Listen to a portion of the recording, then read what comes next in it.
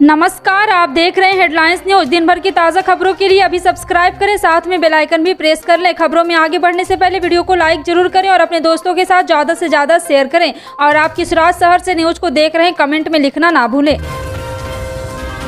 त्रिपुरा के मुख्यमंत्री विप्लव कुमार देव ने अपने पद से दिया इस्तीफा। भाजपा के प्रदेश अध्यक्ष डॉक्टर मानिक साहा अब त्रिपुरा के नए मुख्यमंत्री होंगे।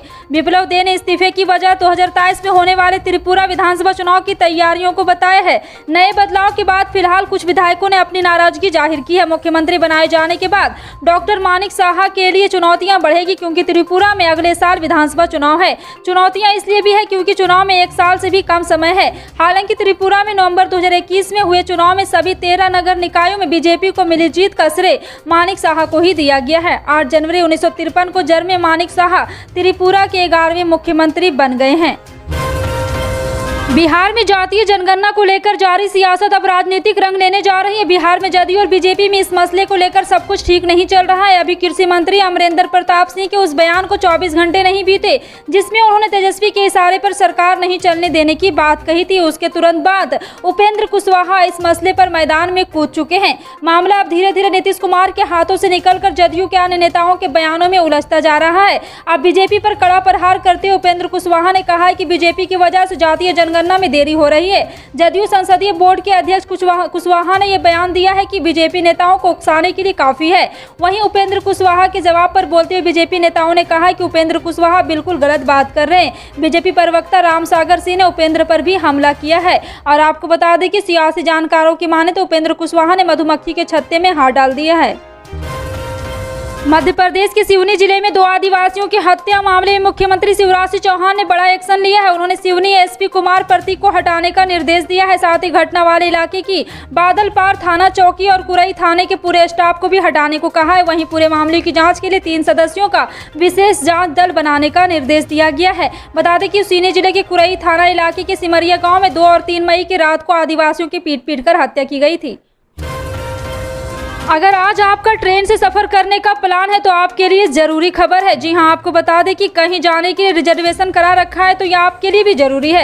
रेलवे ने कुछ ट्रेनों को आज रद्द करने का फैसला लिया है। इसके साथ ही कुछ ट्रेनों के समय और रूट में भी बदलाव किया है। आपका भी टिकट हो रखा है तो उससे पहले पूरी लिस्ट जरूर चेक कर ले। आपको बता दें कि इस समय कई रूट्स पर मुरम्मत और निर्माण का काम चल रहा है, जिसकी वजह से ट्रेनों के रूट्स में बदलाव किया जा रहा है या फिर उनको कैंसिल किया जा रहा है। साथ ही कई ट्रेनों को शॉर्ट टर्मिनेट करने का भी फैसला लिया। बता दें दिल्ली मंडल के होलंबी कला मंडले में स्टेशनों के बीच मरम्मत का काम चल रहा है।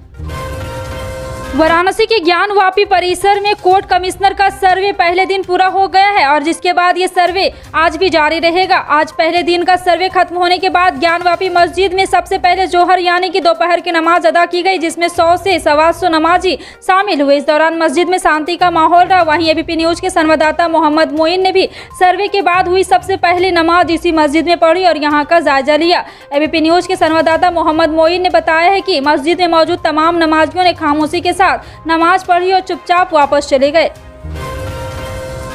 तेज धूप, गर्मी और गर्म हवाओं ने देश में कहर ढा दिया है। देश के कई राज्य दिल्ली, उत्तर प्रदेश, हरियाणा, राजस्थान, पंजाब, बिहार और मध्य प्रदेश में पारा 44 से 45 डिग्री के लगभग बना हुआ है। आलम यह है कि गर्म हवाओं ने लोगों का जीना मुहाल कर दिया है।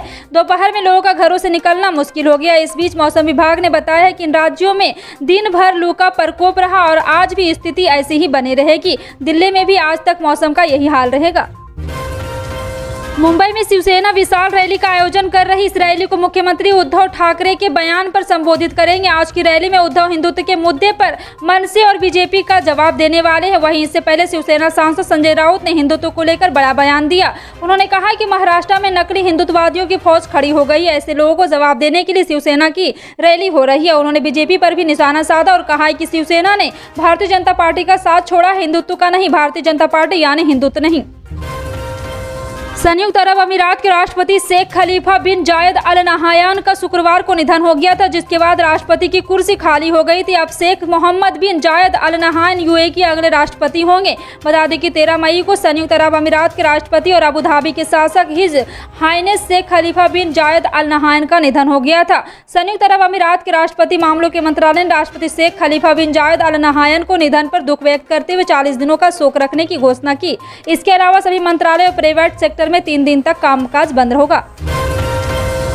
पंजाब के मुख्यमंत्री भगवंत मान ने शनिवार को कहा है कि उनकी सरकार राज्य की जेलों में वीआईपी सेल को प्रशासनिक खंड में परिवर्तित करने जल्द ही वीआईपी संस्कृति को समाप्त कर देगी। मान ने एक वीडियो संदेश में कहा है कि जेलों को सही मायने में सुधार गृह में परिवर्तित किया जाएगा।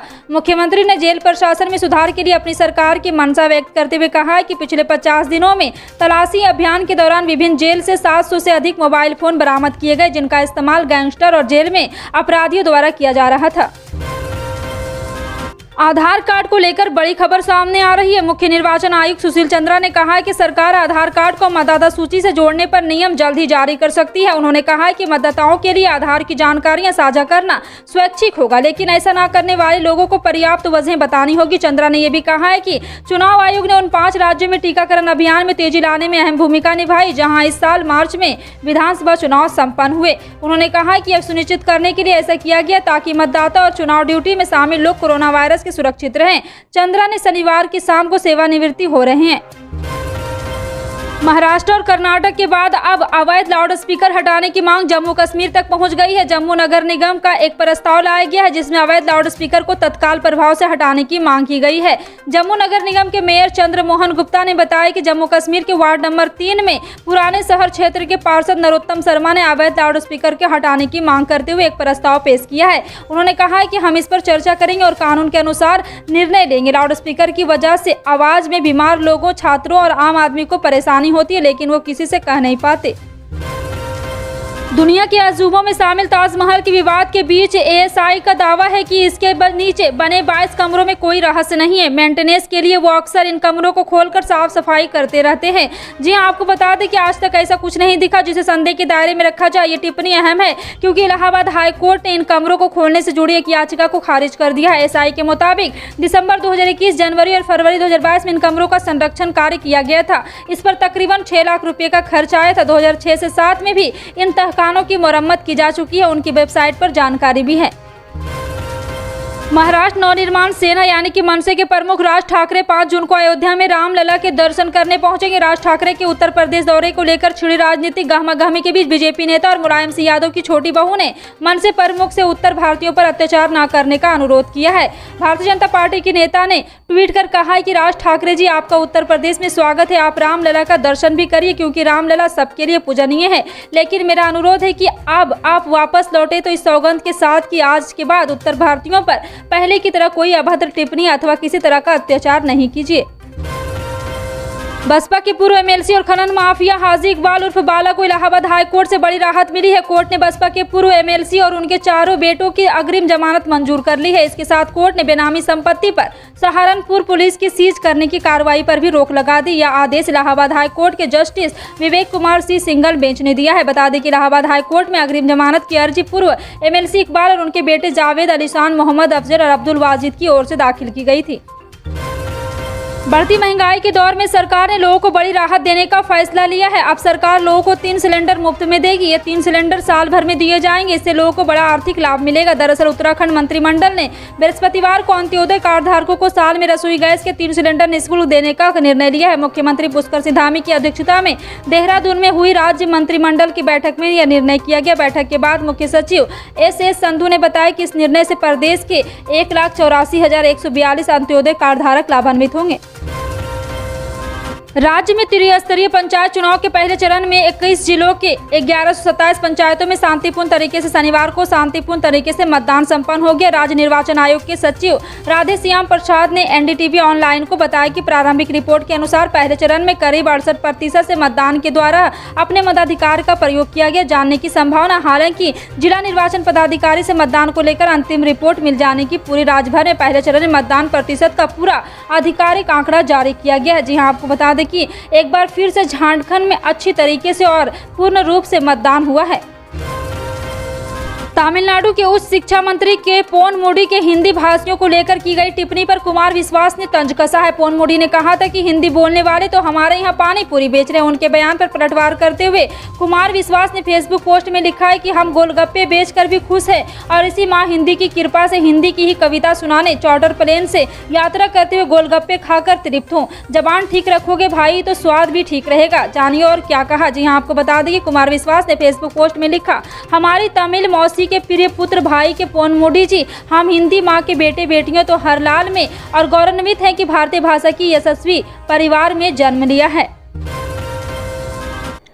कच्चे तेल की कीमत फिर से $110 प्रति बैरल के पास पहुंचने की इस बीच सरकारी तेल कंपनियों ने शनिवार को लगातार 38वें दिन पेट्रोल और डीजल के दाम में कोई परिवर्तन नहीं किया। वैश्विक बाजार में कच्चा तेल के भाव एक बार फिर $100 के पार चल गया है, जिसके कारण घरेलू बाजार में पेट्रोल डीजल के दाम में फिर से हलचल देखी जा सकती। देश में पेट्रोल डीजल की कीमत 137 दिनों की स्थिरता के बाद गत 22 मार्च से बढ़नी शुरू हुई है।